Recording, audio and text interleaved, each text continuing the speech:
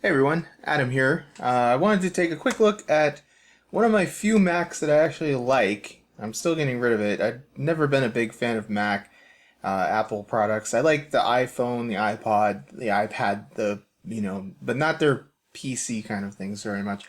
This is one of the few I like. I like the form factor. This has the nicest feeling palm rest that I've ever used on any laptop when you're typing. I love this machine, but it's a pretty old one. It's a G3. Is it a PowerBook?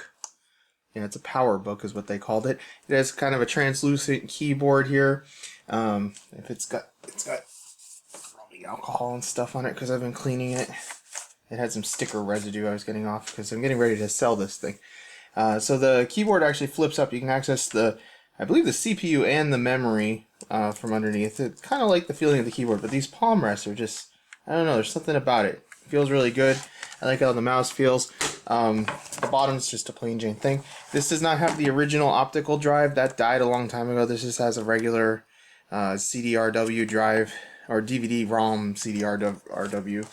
As far as ports go, it has a little flip-down door.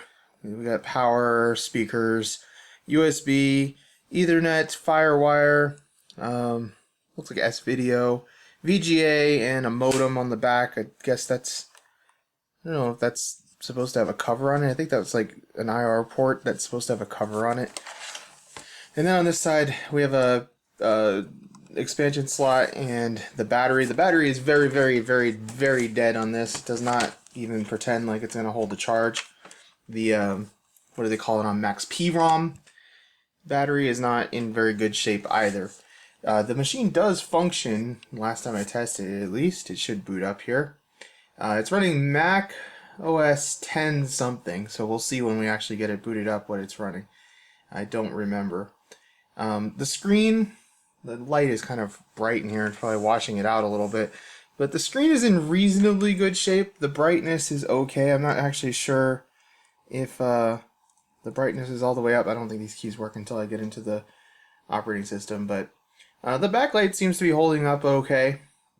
I think it has a 100 gigabyte hard drive. That's probably been upgraded too. Let's see here.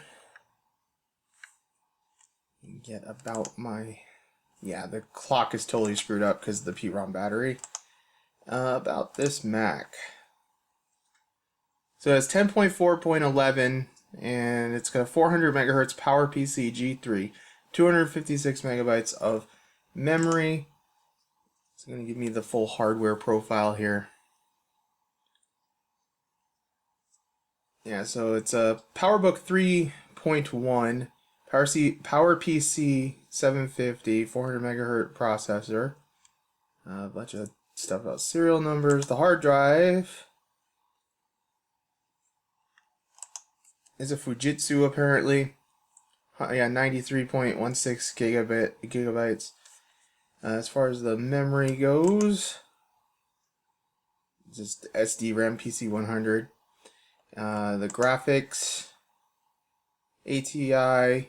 Why does it say ATY? I guess that's just the. Anyway, it's an ATI Ray Gem 3, running at 1024 by 768. I'm not sure. I think that is the native resolution of this display, so that's just the resolution that you get. It's a decent little machine. Like I said, I really like the way that the keyboard feels. It does not have AirPort installed. If it did, I would go ahead and connect to the internet. You actually can use the internet on this. I've done it with Ethernet plugged in. I don't have the AirPort expansion card, and I'm not going to buy one because I'm just getting rid of this machine anyway. But as you can see here, there's Google. This is just cached, but it's been recently cached, I guess, because it's telling me to install Chrome and all that stuff. 2010, I guess it's not that recent, but I haven't used this machine in a really long time. It's just been sitting around. I don't really, like I said, I don't really have a big fondness for these machines like a lot of people seem to. I've always been a lot more of a Windows person. Yeah, the sound works. A Windows and an actual Linux, not, I know that Mac OS is based on Unix, but like real Linux. And I use that mainly just for server stuff because there's not a lot of software for Mac that I've ever been interested in, especially in this era when before they went to Intel, the PowerPC era. Just never really appealed to me. I had this because my school, we used Macs, and so I had this to do homework and stuff on. My parents got me this. I don't know, what year would this be from? I don't even know. But yeah, it basically, you know, I think it came with 9 point something, OS 9 point something, and you know, it's just to get work done and all that stuff, because it was back in those days it was a lot harder to be compatible between Windows and Mac computer too. Like they had special software you'd have to use sometimes to translate files back and forth and everything. It was just a lot less compatible, a lot less convenient than it is today. I still feel the same way that I do about Apple as I did then, which is that it's more, they focus more on form over function. It's more of a status symbol or something. When I'm at the library at my college, like every single person has a MacBook, whether it's a Pro or an Air or whatever, and it's just like, come on, guys, like you know, we don't need to fit in that much. But I just use an old Dell because the thing costs half as much as a Mac and performs just as well, and it runs programs I want to run. Although, like I said, that's not so much of an issue with the Intel-based Macs because you can always use Boot Camp and stuff like that.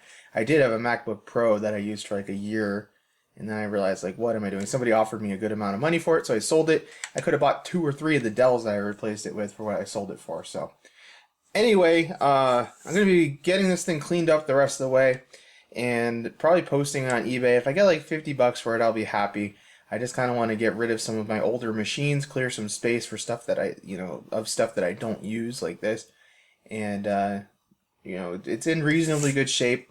The lid has a little bit of, it's not even scuffed that bad. It's got a couple little scuffs on it, but it's been kept in pretty good shape, and I'd like to have it move on to somebody who appreciates these things more than I do. So anyway, that is going to be it for this video today. Just a little brief overview of this machine, and I'll catch you next time. Thanks for watching.